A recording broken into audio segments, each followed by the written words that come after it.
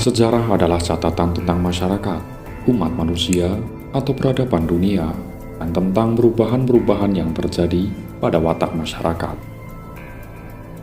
Indonesia sejauh ini merupakan negara terbesar di Asia Tenggara. Sejarah dan budaya Indonesia sangat relevan saat ini karena negara kepulauan merupakan kekuatan baru di kawasan dengan pemimpin baru yang dinamis. Indonesia adalah negeri dengan keragaman yang luar biasa dan paradoks tak berujung yang memiliki sejarah panjang dan kaya. Namun, barangkali kita belum mengetahui bahwa terdapat peristiwa-peristiwa dalam sejarah Indonesia yang masih belum terungkap kejelasan faktanya, atau bahkan terdapat peristiwa sejarah yang tersembunyikan. Berikut ini telah kami ringkas 5 poin penting mengenai sejarah Indonesia yang wajib Anda ketahui. Pertama, mitos Indonesia dijajah selama 350 tahun. Kita pasti sudah tidak asing dengan pengetahuan ini, bahwa Indonesia dijajah selama 350 tahun. Tapi, apakah benar bahwa Indonesia dijajah oleh Belanda selama itu? Presiden Soekarno sendiri yang mengungkapkan hal tersebut dalam beberapa kesempatan. Selain itu, kita juga dapat menemukan ungkapan penjajahan selama 350 tahun itu dalam bukunya yang berjudul Di Bawah Bendera Revolusi. Namun, pendapat tersebut kemudian dibantah oleh seorang mahasiswa Universitas Indonesia bernama K.C. Resing dalam bukunya yang berjudul Bukan 350 Tahun Dijajah. Baginya, narasi penjajahan 350 tahun oleh Belanda hanya merupakan sebuah propaganda.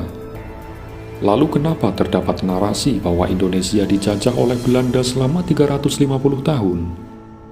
Tampaknya, Soekarno menghitung durasi lamanya Indonesia dijajah dengan mengaitkan kedatangan Belanda untuk pertama kalinya ke Banten pada tahun 1596. Sehingga diperoleh tahun angka penjajahan selama 349 tahun atau 3,5 abad. Tetapi, yang perlu kita ketahui bahwa pada saat itu Belanda belum melakukan upaya kolonialisasi. Upaya kolonialisasi tersebut dimulai pada 1602, yakni ketika VOC didirikan. Namun secara administratif, hal tersebut juga tidak dapat dikatakan sebagai penanda dimulainya penjajahan oleh Belanda, mengingat status VOC bukan sebagai negara ataupun kerajaan. Yang kedua, Australia sebagai negara pertama yang berniat mengakui kedaulatan Indonesia. Pada Oktober 1945, Canberra sebagai ibu kota Australia mengirim misi ke Jakarta dengan maksud agar Australia mengakui Republik Indonesia yang masih muda. 7 minggu setelah proklamasi kemerdekaan Indonesia, sebuah misi dari Australia yang dipimpin oleh William McMahon Ball mendarat di Bandara Kemayoran. Misi tersebut kemudian digagalkan dengan adanya penolakan mandat Canberra oleh Jenderal Philip Christensen. Jika misi ini berhasil, hal ini akan menjadi kudeta yang luar biasa dari Australia. Tetapi Inggris pada saat itu memiliki agenda lain, yakni pemulihan kembali pemerintahan Belanda untuk menjalankan koloni sebagai Hindia Belanda.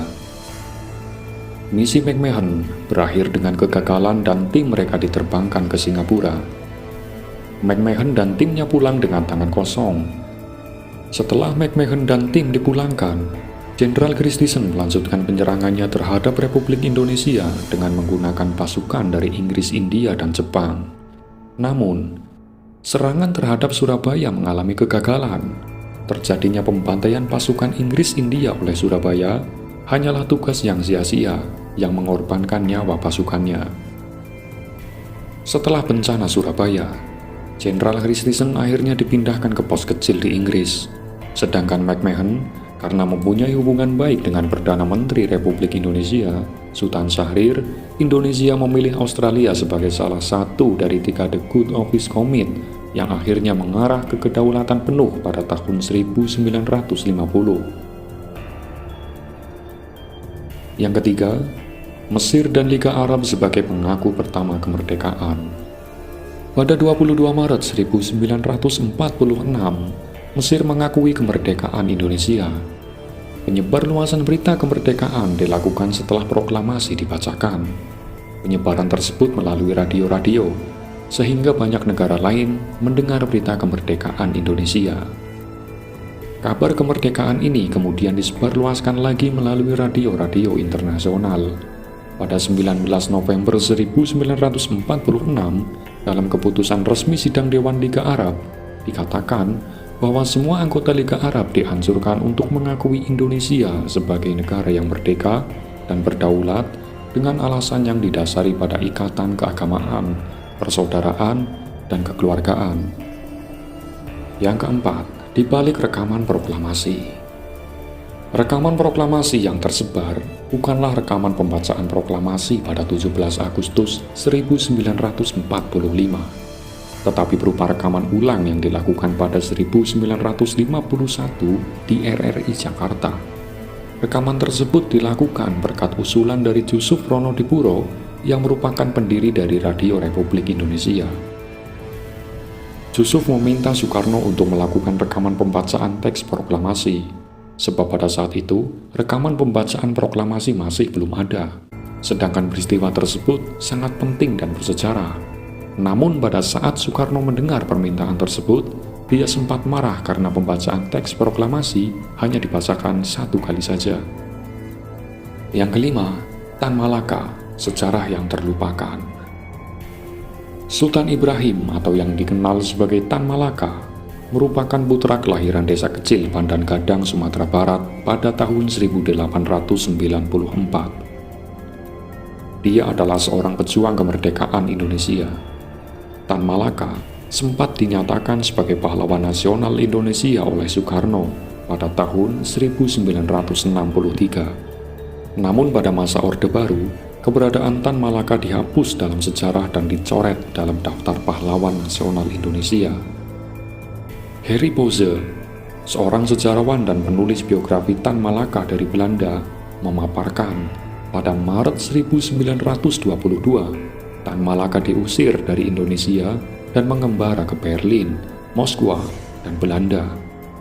Bose menyatakan bahwa Tan Malaka ditembak mati di Selopanggang pada 21 Februari 1949. Dia ditembak mati atas perintah Letda Sukoco dari Batalion Sikatan, Divisi Sriwijaya, di lereng Gunung Wilis.